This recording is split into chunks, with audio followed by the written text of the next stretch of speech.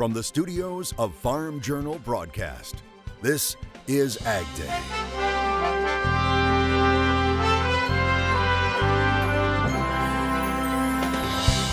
Coming up on AgDay. We lost the parlor, we lost the holding pen, we lost our freestall barn. Our calf barn is pretty much destroyed, and where our machinery and grain was stored is also completely gone. Recovering following a tornado, what one family farm lost and what it has gained since the storm. I'm Betsy Gibbon. Sorghum in Michigan? Well, we talked with some farmers who are beating the rain trying to plant the crop. We have more on that market ahead in the show. The weather and trade wars, both weighing heavily on the minds of producers right now. Farmer sentiment declined sharply in the month of May, and that's the second month in a row we've seen a sharp decline in sentiment. AgDay, presented by the all-new Chevy Silverado, the strongest, most advanced Silverado ever.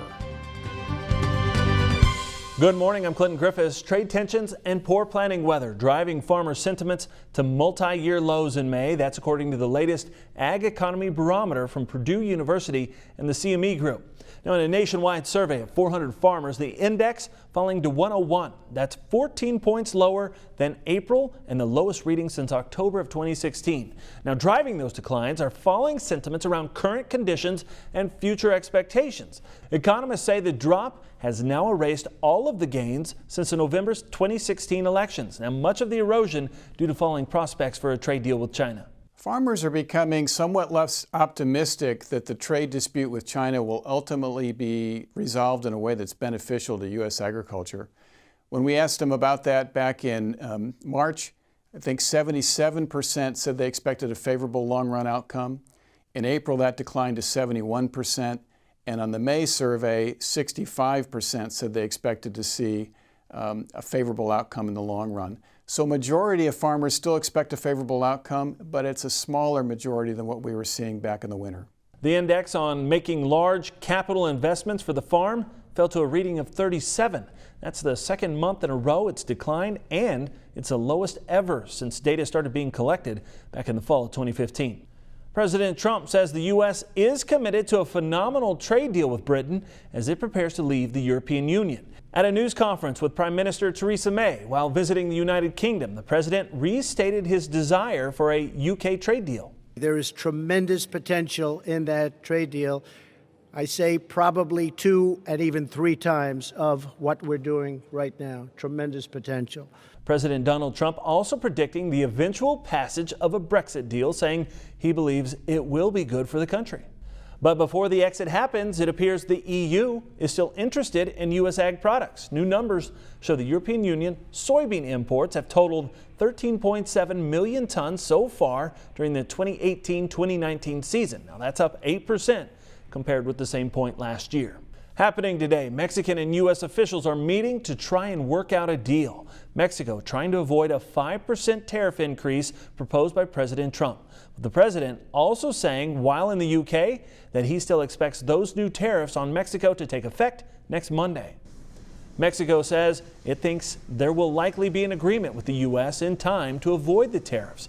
Mexican foreign ministers telling reporters despite his optimism, his team is also ready for a non-agreement scenario. The president saying millions of migrants entering the U.S. through Mexico is, quote, unacceptable, and that Mexico must stop it. And I think they will. And if they won't, we're going to put tariffs on. And every month those tariffs go from 5% to 10% to 15% to 20% and then to 25%. And what will happen then is all of those companies that have left our country and gone to Mexico are going to be coming back to us. And that's okay. Also in Washington, the House has given final approval to a $19.1 billion disaster aid bill. All it needs now is a signature from President Trump, and the president is expected to sign it. It's aimed at helping communities around the country recover from hurricanes, floods, tornadoes, and fires. The measure would provide $4.6 billion to help farms and rural communities rebuild. $3 billion of that would go toward direct reimbursements for lost crops and livestock. There's also $3.25 billion set aside for the Army Corps of Engineers disaster mitigation projects. Meanwhile, the fight against more flooding continues. The swollen Mississippi River is straining levees, snarling traffic, and forcing people from their homes as it approaches record levels set during devastating flooding back in 1993. Now, in Missouri alone, nearly 400 roads are closed, including parts of US 136. Locks and dams upstream of St. Louis are shut down as the Mississippi River crests at the second highest level on record in some communities. That's leading to delay in shipping supplies and grain up and down the river. Reuters reports at least 8 bulk cargo vessels along the Gulf Coast were loaded or waiting to be loaded with soybeans meant for China. Farm Journal's Tyne Morgan took a tour of the damage in Missouri from the air and in a boat, and what she found is heartbreaking. You can see for yourself by heading to AgDay's Facebook page. All that rain has put farmers in Michigan way behind when it comes to planting. AgDay's Betsy Gibbon caught up with one farmer who's decided to try something a little different this year. Clinton, it's go time for some farmers in southern Michigan to plant, and they're taking advantage of it. However, some of them are planting a crop not normally associated with this area. But you don't want to go too early and make a big mess. You don't want to work the ground too wet and make a big mess. Multiple trips back and forth to the field. The route seed dealers are taking on a time schedule, hauling seed to farmers. Still kind of picking away at it. Seed corn's kind of the #1 priority right now. Farmers like Tom Kroll in Constantine, Michigan need it fast. Since Thursday night we got started and everybody's pretty much on the clock. But this isn't the only thing Kroll pushes to plant. When he's done with this field, he's going to plant sorghum. Yes, sorghum. A crop normally planted in an arid, dry condition, known to grow in the southern plains. Rotational reasons, we were looking for something else, diversify a little bit, and it's been working pretty good. Dealers like Zach Bola found a market and got some local farmers involved, selling it for bird seed and to some poultry companies. While small now, Bola expects acres to grow. In our area, maybe 1,500. He believes partly because of the demand, but also because some farmers in the area do not have coverage under federal crop insurance. With this wet year, sorghum is cheaper to plant, and he believes less of a risk. You know, you look at planting corn at X amount of dollars per acre, and then you look at your inputs and seed costs on sorghum, and they're significantly less. Seed costs are a lot cheaper, inputs are a lot cheaper, yeah. How much, like a third or what? On seed costs, it's way more than a third cheaper. For now, this team hopes changing crops will help change the outlook for profits. And it's working for us. You know, I don't think it's going to work for everybody, but it's working for us. Reporting for AgDay, I'm Betsy Gibbon. And with a break in the rain for some, many are rushing out to their fields to get planting. Meteorologist Cindy Clausen has more. Today's crop comments. Cindy. Well, Clinton, they may be out planting, but they're still dodging raindrops. Look at this spectacular photo shared with us by Jared McDaniel. He lives in Texoma, Oklahoma. Now, he captured these amazing clouds. Of course, we're looking at a shelf cloud and the rain off in the distance as he was racing to get that planting done. Let's take a look at that wind forecast for today, and we do expect to see just slightly windy conditions as we head through the day in parts of the east and over to the mid-Atlantic. They'll pick up a little bit more down in the Four Corners region. Into the overnight hours we go, we see some breezy conditions kind of scattered in parts of the south, and as we head through your Thursday, we'll be seeing those winds starting to pick up a little bit more in the western United States, especially over towards Idaho, Montana, and Nevada. We'll have a lot more on your forecast coming up, but for now, here are some hometown temps. Introducing Farm Journal TV, on demand 24/7. AgDay, Machinery Pete TV. U.S. Farm Report on your phone and tablet. Download the Farm Journal TV mobile app today. And severe weather season continues. From flooding to tornadoes, families across the country are working to rebuild. We'll meet a Kansas dairy that vows to be stronger than the storm. Today in the country. Closed captioning is brought to you by BASF. Grow smart with BASF. We create chemistry.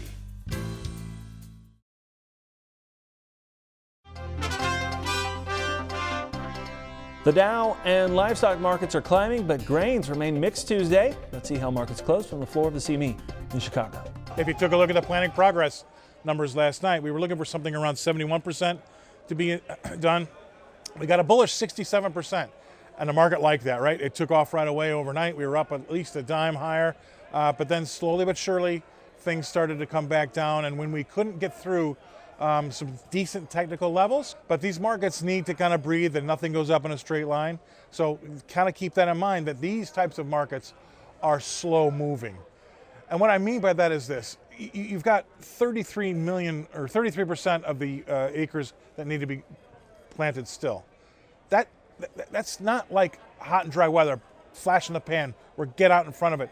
The markets really react quickly to those drought markets, but they have a very difficult time digesting cool and wet, or at least wet markets, because it takes longer to kind of get the information that you need to continue to stay in your position, right? And it's going to take time, and we're going to have days where we see the market pull back just like this.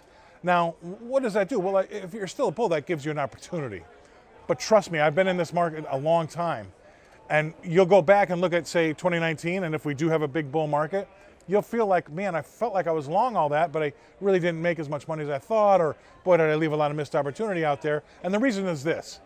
These slow-moving, say, wet rallies rather than these hot and dry rallies, they're going to make it difficult for you to stay long. Again, we still have 33% of the crop that needs to get in the ground.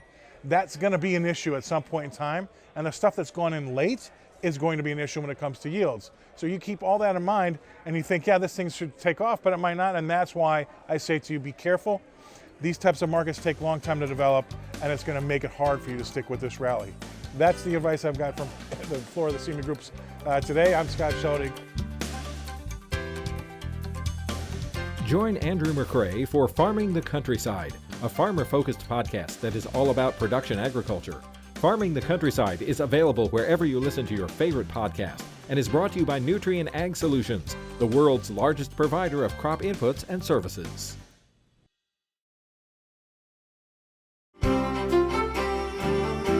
Welcome back to AgDay. Your meteorologist Cindy Clausen looking at the root zone moisture map. And Cindy, we keep using this as a gauge to see how wet we are across the country, and it's changing. It may not seem like it is, but it is. You're right, and especially in some of those really flooded areas as you get out into the plains and into parts of the Corn Belt.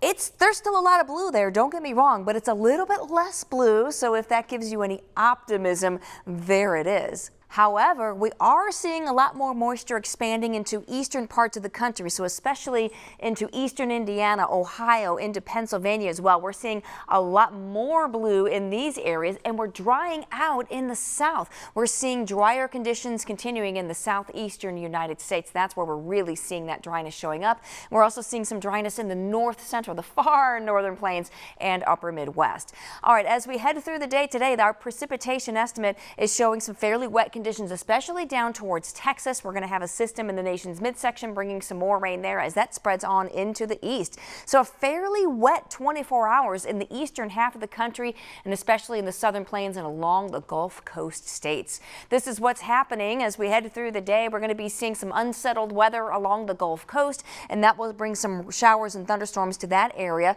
We've got a low pressure system moving into the northeast, so look for some showers and thunderstorms basically all in this kind of warm area.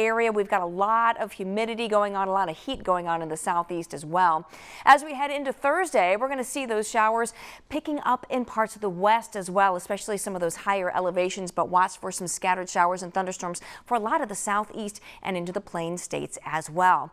Temperatures still pretty warm in the southeast, again really muggy in these areas as well, even 80s all the way up towards the Canadian border. Cool temperatures in the northwest and into the far northeast. Heading into the overnight hours, we're going to be seeing those low temperatures very mild. A low of 81 in New Orleans and in Brownsville, also in Phoenix. That's very, very warm. Tomorrow, we're going to see those temperatures just very similar, maybe slightly cooler in spots, but overall fairly warm across the country, except for the northeast and the northwest corners of the country. Jet stream showing still kind of have that weak cutoff low. That's going to be moving off to the east. We see a nice ridge moving across the central and eastern part of the country, but another trough later on in the weekend that kind of spreads down into the Great Lakes and into the northeast. So look for some cooler and maybe wetter weather to start off next week there. That's your national forecast. Now let's check on the weather where you live. Apple Valley, Utah, sunny and hot for you today with a high of 90 degrees. Cotton Valley, Louisiana, showers and thunderstorms, 84 for your high. And Citrus Springs, Florida, some scattered showers and thunderstorms, high of 94. Your avocado toast may be spread with Peruvian avocados this summer. We have an update from our friends over at the Packer. And later, the pain and heartache of severe weather. We'll see how this Kansas area survived a massive tornado today in the country. Closed captioning is brought to you by BASF. Grow smart with BASF. We create chemistry.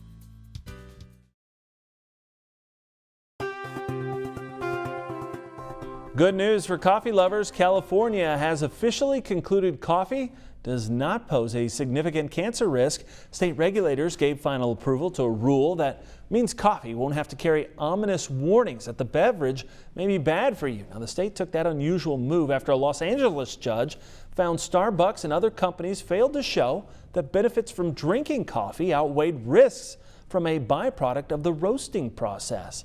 State officials concluded there was no significant risk after the World Health Organization reviewed more than 1,000 studies and found inadequate evidence that coffee causes cancer. Avocados from Peru are starting to arrive here in the U.S. Growers in Peru are expected to ship up to 180 million pounds of avocados to the U.S. Now, avocados imported from Peru typically are destined for the East Coast, while fruit grown in California usually stays in the West. But because of this year's tight California crop and summer being a lower production period for Mexico, you might see more Peruvian avocados out west this year. Love fresh pineapple, but hate all the cutting involved? Well, this new machine going in at some grocery stores in Ireland may just be the thing. The machines allow shoppers to chop their own pineapples right in the store, and the new device produced a cut and cored pineapple in just 20 seconds. Normally, fresh cut produce can cost more than bulk, but with the pineapple cutting machines taking labor out of the equation, the makers of the machine and the grocery stores are hoping they will be a hit. All right, up next, a family proves they're stronger than the storm. It's Kansas Dairy taking a direct hit from an EF4 tornado. Their story of survival next. AgDay, brought to you by new Delaro fungicide for corn and soybeans. Achieve personal best yields.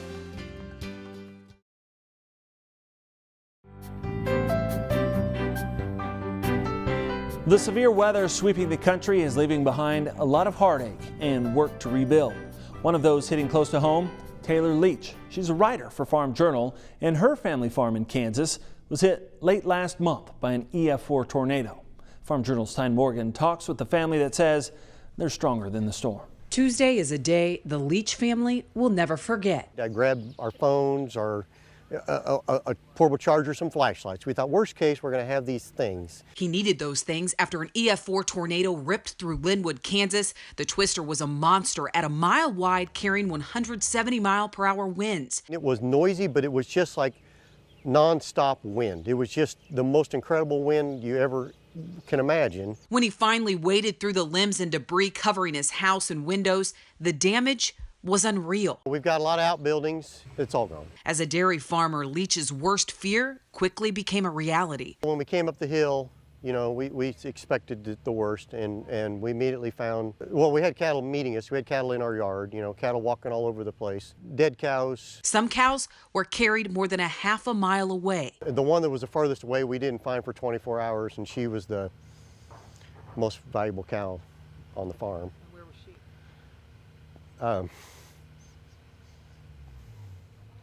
She was down a ditch and couldn't get up. But what's happened since the tornado ravaged this farm, Leach says, is remarkable. I haven't even asked for help. I only made one phone call, and I've probably had a couple hundred people here, maybe more. As cleanup takes place and reality sets in, Leach says he's reminded what matters most. Nobody got hurt. My family's good. Even his sister, brother-in-law, and niece, who live just up the hill and who have nothing left but the basement of their beloved home. She was in her basement, and she lost everything. When she came upstairs, her house was gone. It's gone. And probably within 15 minutes, she was over here, because nobody was hurt over there. She was over here helping with the cattle, and she never went home. Leach is thankful his daughters weren't home that night. The girls were in Wisconsin, including Taylor Leach, who's part of the Farm Journal family. Trash everywhere, nails everywhere, wires everywhere. I don't know if we ever have cattle here again, how we're going to be able to clean up. Your friends and your family is all that matters. None of this is worth anything. This is just stuff. You know, that's what I had to tell my kids who were out of town. Thank God they weren't here. I'm just, thank God nobody, my mom who lives here was gone. Nobody got hurt. None of this stuff matters at all. Thanks, Tyne, and that's all the time we have this morning. We're sure glad you tuned in. From all of us here at AgDay, I'm Clinton Griffiths. Have a great day.